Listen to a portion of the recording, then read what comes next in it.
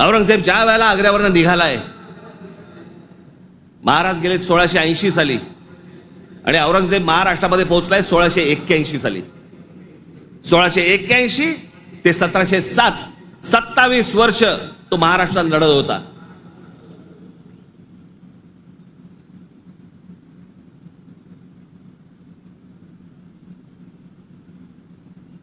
आमच्या संभाजी राजांबरोबर लढला, त्याला क्रूर पद्धतीने मारलं.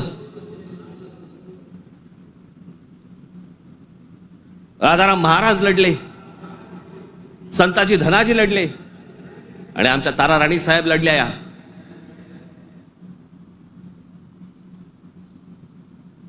एक महाराष्ट्राचे खूप मोठे लेखक होऊन गेले नरहर कुरुंदकर. त्या कुरुंदकरांच्या एका पुस्तकामध्ये फार अप्रतिम वाक्य आहे की मराठे सर्व लढाया हरत होते, पण औरंगजेब एकही लढाई जिंकू शकत नव्हता.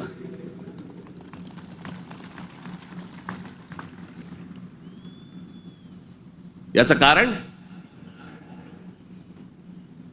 छत्रपती शिवाजी महाराजांचं निधन झाल्यावरती खरं तर औरंगजेबाने परत जायला पाहिजे होता आग्र्याला. नाही, तो इथे का थांबला?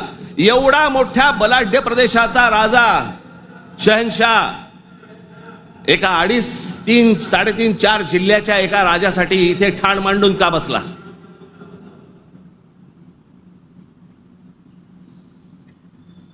त्याला माहिती होतं छत्रपती शिवाजी महाराजांचं निधन झालंय, मग का ठाण मांडून बसला होता? शिवाजी महाराज तर गेले होते, त्याला शिवाजी नावाचा विचार मारायचा होता, जो त्याला जमला नाही. सगळे प्रयत्न केले, सर्व प्रयत्न केले आणि इथे शेवटी मेला. जगाच्या इतिहासामध्ये औरंगजेब वाचला जातो, अभ्यास केला जातो त्याचा, पण ज्या वेळेला त्याचा अभ्यास केला जातो त्यावेळेला जगभरातल्या लोकांना कळतं की तो काय करायला गेला होता आणि कसा मेला. तिथे छत्रपती शिवाजी महाराजांचं नाव येतं जगभरामध्ये. जी कबर आहे ना, जी सजवलेली काढून टाका, कबर नुसती दिसली पाहिजे आणि तिथे एक मोठा बोर्ड लावा, आम्हा मराठ्यांना संपवायला आलेला औरंगजेब इथे आम्ही गाडला गेला.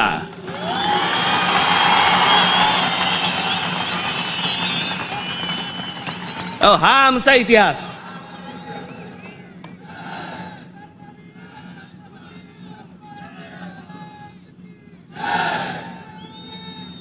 अफजल खान ज्या वेळेला इथे आला, इतिहास कशासाठी वाचायचा? इतिहासातनं बोध घेण्यासाठी वाचायचा.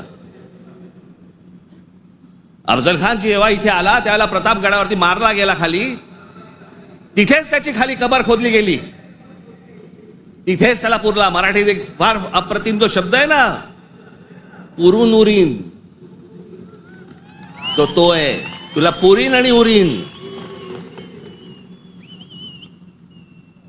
तो जो पुरला त्याला तिकडे अफजल खानाला, तो शिवाजी महाराजांच्या होकाराशिवाय पुरला नसेल. त्याची कबर जी केली आहे ती महाराजांना विचारल्याशिवाय केली नसेल. महाराजांनी सांगितलं असेल निश्चित करा, जगाला कळू दे कोणाला मारलाय.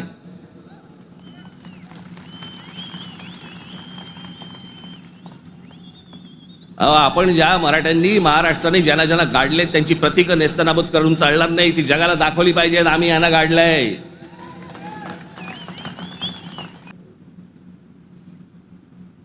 खरं तर शाळेतल्या लहान लहान मुलांच्या तिकडे ट्रिप घेऊन गेल्या पाहिजेत, बसेस भरून घेऊन गेल्या पाहिजेत आणि लहान मुलांना सांगितलं पाहिजे, बाळांनो महाराजांनी याला गाडला, हा आपल्यावर आला होता, हा आपल्या धर्मावर उलटला होता, हा आमची मंदिरं पाडत होता, हा आमच्या बहिणींची आबरू लुटत होता, याला आम्ही गाडला. नाही तर पुढच्या पिढ्यांना आम्ही काय इतिहास सांगणार आहोत?